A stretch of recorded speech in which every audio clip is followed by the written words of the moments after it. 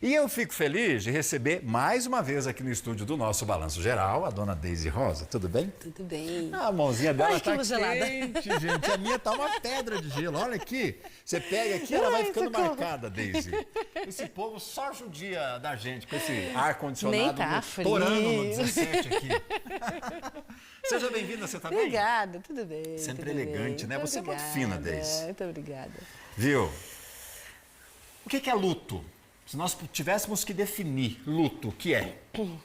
Luto é o rompimento de um vínculo que foi estabelecido.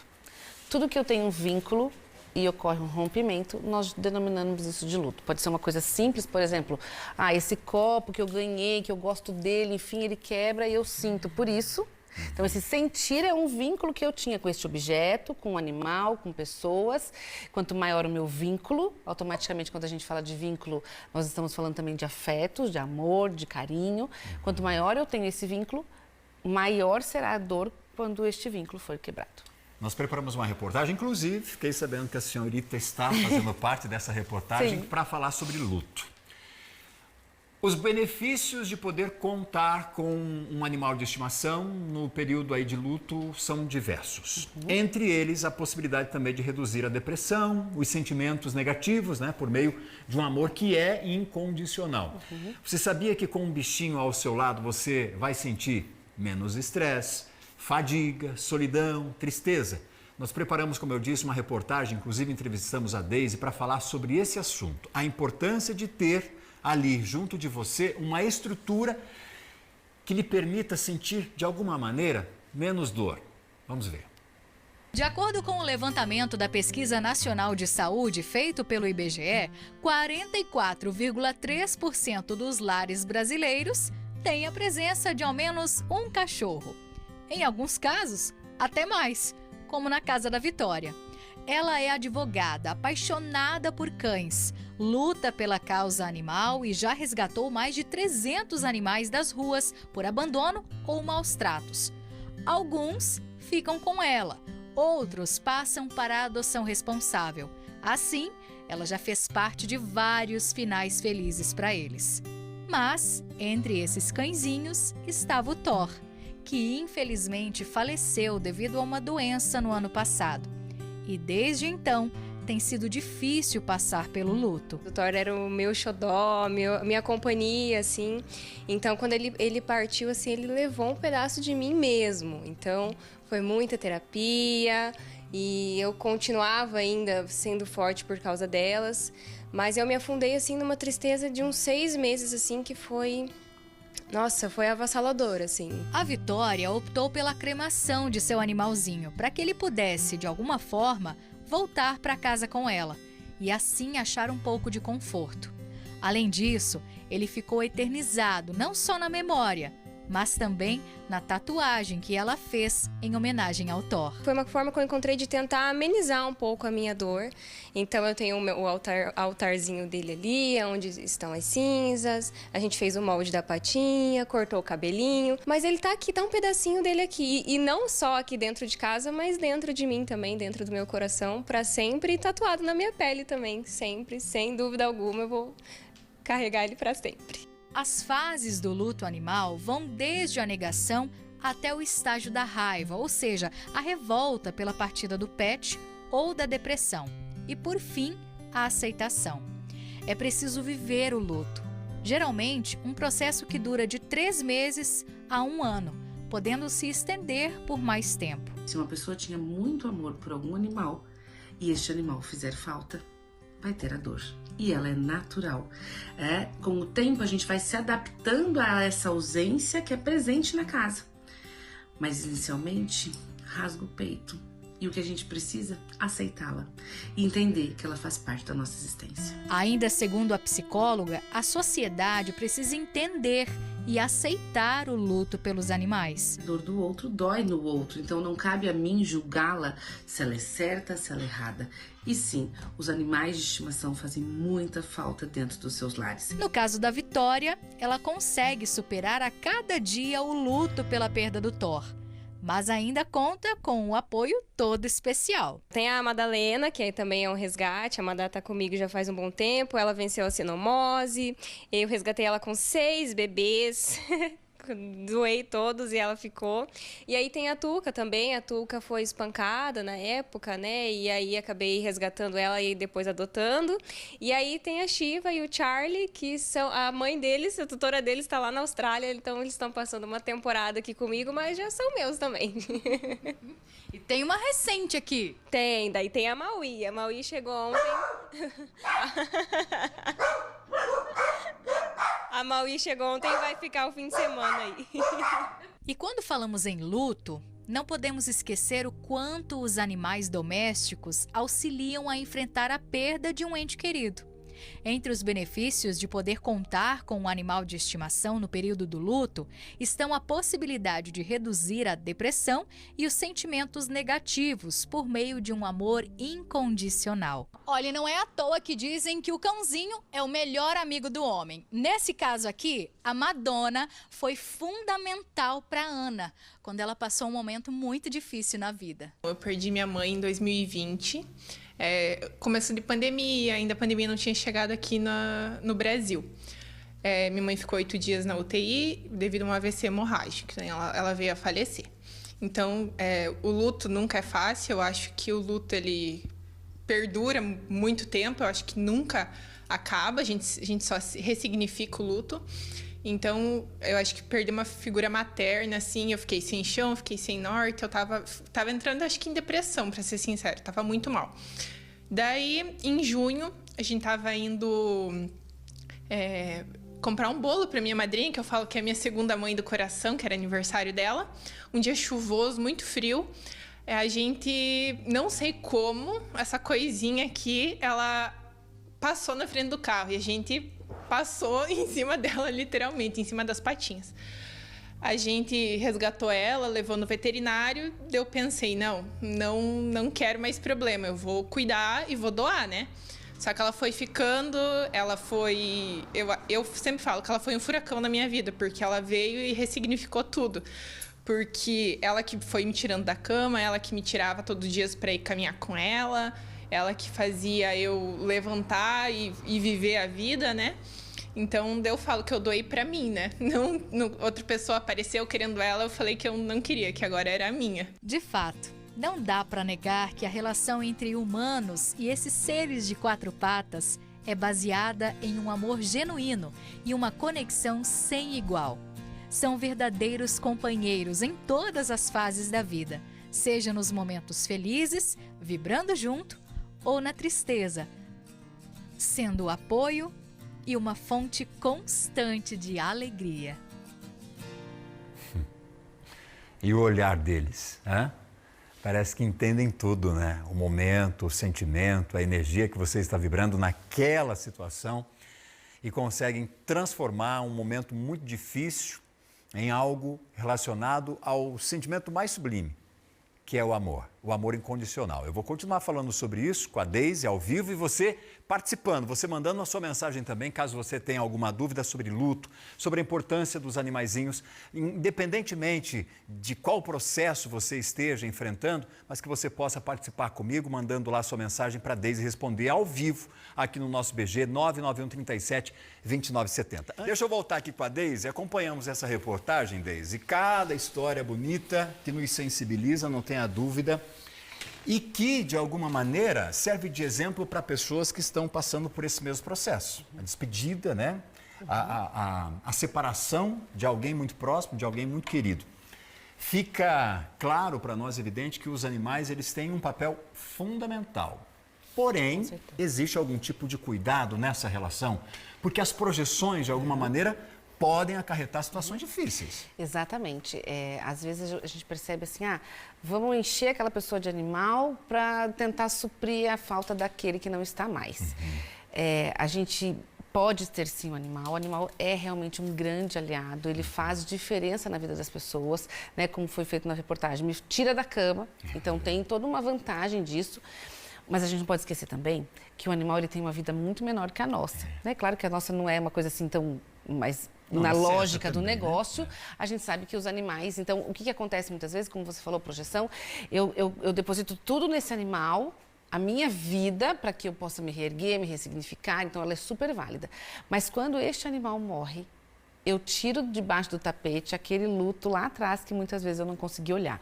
Então, a gente fala assim, sim, o luto, a dor, a saudade, a ausência que está presente na minha vida, ela precisa ser olhada. E a gente precisa entender que nessa sociedade do espetáculo, onde a gente tem que estar sempre feliz, contente, enfim, nem todos os dias nós estamos felizes e contentes. E a gente acolher as nossas tristezas, mesmo que seja para chorar junto com o cachorro. Claro. É? Claro. Mas não nessa coisa de olhar para essa tristeza e de realmente conectar-me com ela, para que aí sim eu possa ir para a vida sem enfiar nada embaixo do tapete. Às vezes a gente precisa colocar algumas coisas embaixo do tapete para seguir a vida no sentido de, tem que trabalhar, tem que fazer isso, enfim.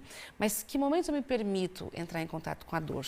Porque é necessário. Porque isso acaba potencializando, em algum momento ele pode se voltar numa força muito maior. Exatamente. Essa dor que você jogou lá para debaixo do tapete, projetou a cura, né? Aquele conforto imediato no animalzinho.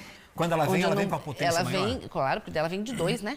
Ela vem do animal, que eu criei um vínculo, e muitas vezes da função que ele tinha lá atrás, de eu esquecer algo que eu não queria enxergar, que eu não queria ver, enfim.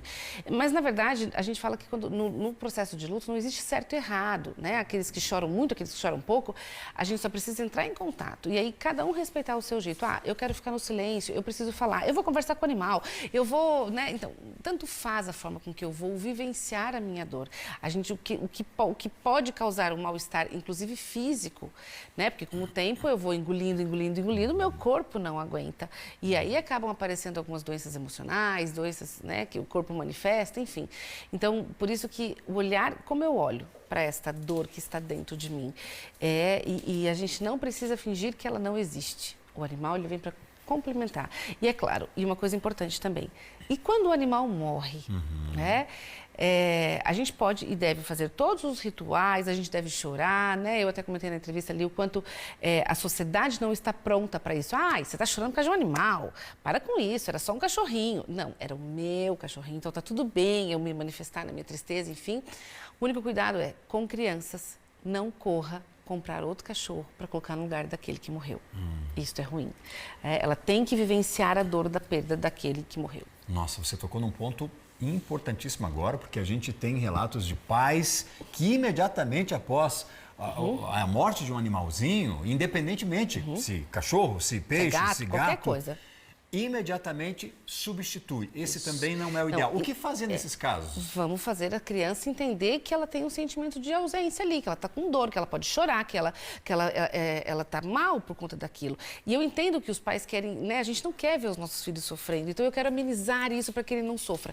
Mas esse é um sofrimento necessário para o crescimento, ou seja, se eu cresço entendendo que eu preciso cuidar do meu cachorrinho, dar água para ele, dar comida para ele, levar ele passear, eu preciso cuidar da vida dele, porque ele não é eterno. E a gente precisa ensinar para a criança esse cuidado. E se eu faço uma criança não entender esse processo da finitude, como mascarando tudo isso que é natural, e né, tudo que nasce um dia morre. Então, se eu tenho um animalzinho, esse animalzinho pode morrer enquanto eu ainda estiver aqui com ele. Então, sim, a gente precisa fazer a criança entrar em contato com isso. As crianças, elas são ótimas. Elas choram, elas vivenciam, elas olham para aquilo, elas lembram esporadicamente, mas daqui a pouco elas já estão se ressignificando para outras coisas. É muito mais rápido, É né? muito mais rápido do que nós adultos, porque o nível de dependência que a criança tem com o animal, se é um adulto que joga todas as suas dores para esse animal, a dependência do adulto é muito maior do que da criança. Porque a criança, ela quer o lúdico. Então, esse animal brinca comigo, mas daqui a pouco, se eu estou brincando com um carrinho, eu largo o animal e vou brincar com o carrinho. Então, a ressignificação de uma criança é muito mais leve. Só que a gente precisa fazer ela entender que aquilo é natural. Então, eu colocar um outro cachorro no lugar, a criança não é boba, ela entende, tá? Porque cada animal da casa, ele tem um ritual, um jeito, ela é condicionada a algumas coisas. De repente, vem um animal novo, ele pode até ser parecido, mas sempre tem uma manchinha diferente, uma coisinha diferente. E o comportamento muda muito, exatamente. Né? E assim, e mais do que isso, a criança precisa entender. Então, eu posso, por exemplo, morreu o animalzinho. Vamos fazer uma cartinha para esse animalzinho, vamos colocar junto lá com a caixinha que vai ser enterrado ou que vai ser cremado, vamos chorar aqui na frente do animalzinho, mas faça a criança entrar em contato. A tristeza é uma emoção que faz parte da gente. Nós vivemos num mundo onde a gente precisa ficar engolindo isso. Não dá.